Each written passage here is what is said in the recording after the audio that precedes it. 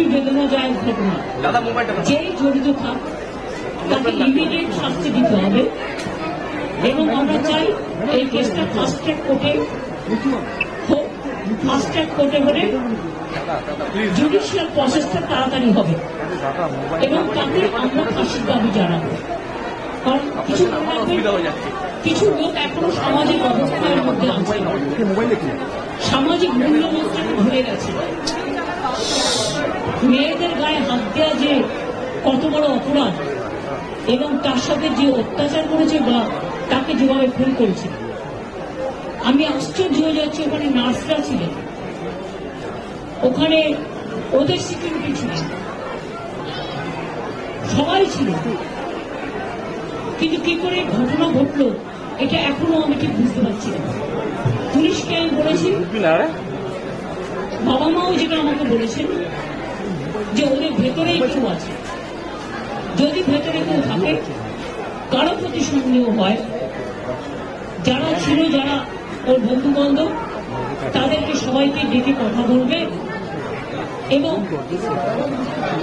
যিনি ফোন করেছিলেন প্রথম বাড়িতে তাকেও ডেকে কথা বলবে।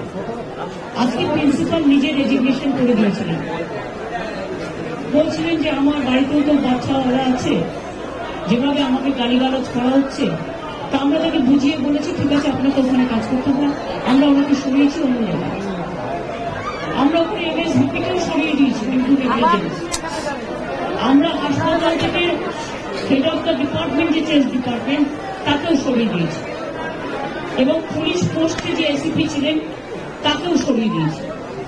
সবাইকেই সরানো হয়েছে এবং ডগ স্কোয়াড থেকে শুরু করে, ভিডিও থেকে শুরু করে, ফরেন্সিক ডিপার্টমেন্ট থেকে শুরু করে সবাইকেই ইনভলভ করা হয়েছে যাতে খুনি গ্রেপ্তার হয় এবং দোষীরা শাস্তি পায়। এবং আমি চাই পুলিশ যত তাড়াতাড়ি সম্ভব দোষীদের গ্রেপ্তার করবে। আর রবিবার পর্যন্ত যদি তারা কোন কিনারা করতে না পারে, কারণ ভেতরেও তো অনেকে আছে, তাহলে এই কেসটা আমরা আমাদের হাতে রাখবো না, আমরা সিবিআইকে দিয়ে দেবো। তার কারণ হচ্ছে আমার এতে কোনো পাওয়ার লেনা দেনা কিছু নেই, আমি প্রথম দিন থেকেই বলছি, কিন্তু ওদের সাকসেস রেট খুব কম। তাপসী মালিককে যখন খুন করে হত্যা করা হয়, ধর্ষণ করে, আজ পর্যন্ত বিচার হয়। 21শে শিবপুরে এটা হয়েছিল, নন্দীগ্রামে যখন 14 জন গুলিতে মারা যায় বা 10 জন হারিয়ে যায়, আজও তারা ফিরে আসেনি। এই কেসগুলো সিবিআই হাতে ছিল, রিজার্ভের কেসও ছিল, একটা কেসেরও বিচার হয়নি। এমনকি রবীন্দ্রনাথ ঠাকুরের নোবেল প্রাইজ চুরি হয়েছিল, সেই কেসটাও ছিল, মানুষ কোনো বিচার পায়নি। কিন্তু তবু মানুষের স্যাটিসফ্যাকশনের জন্য যদি কেউ ভাবতে পারে যে পুলিশ ঠিক মতো করতে পারছে না, যদিও Calcutta police is the best police in the world, তাদের তদন্তের যে সিস্টেমটা এবং সবচেয়ে ভালো অফিসারকে লাগানো হয়েছে সমস্ত কিছুকে, আমরা রোববার পর্যন্ত সবাইকে ডাকবো, আমাদের পুলিশ ডাকবে, এটা বিলিকে বলবো, আমি বিলিকে বলতে কথা বলছি।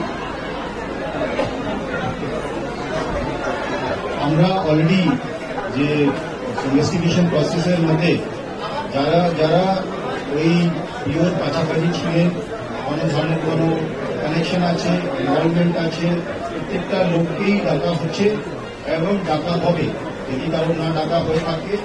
এবং আমরা অলরেডি একটা হেল্পলাইন নাম্বার শুরু করেছি, ওর মধ্যে ডাক্তাররাও আমাদেরকে বলতে পারেন, অ্যানোনিমাসলি বলতে পারেন, ফিজিক্যালি এসে বলতে পারেন। যদি কারো উপরে সন্দেহ থাকে, কি কারণে সন্দেহ আছে, আমি আমরা কাছে আছি। কালকে অ্যাডিশনাল সিকিউরিটি পার্সোনালি এখানে এসেছিলেন, আমি ওনার ভিউটা জেনে গেছেন, আমিও আজকে এসেছি, ম্যাডাম এখানে এসেছেন, আমরা ওনার ভিউটা জেনে গেছি। ওদের সঙ্গে আমরা কন্টিনিউসলি যোগাযোগে থাকবো এবং প্রগ্রেস অফ ইনভেস্টিগেশন নিশ্চয়ই ওদের সঙ্গে শেয়ার করবো এবং আমরা নিশ্চয়ই কি আগামী 4-5 দিনের মধ্যে যদি আরো কেউ থাকে আমরা নিশ্চয়ই ওদের সবাইকে আমরা নিশ্চয়ই অ্যারেস্ট করতে পারবো। আর যদি তার সত্ত্বেও যদি ফ্যামিলি স্যাটিসফ্যাকশন না থাকে, ম্যাডাম যা বলেছেন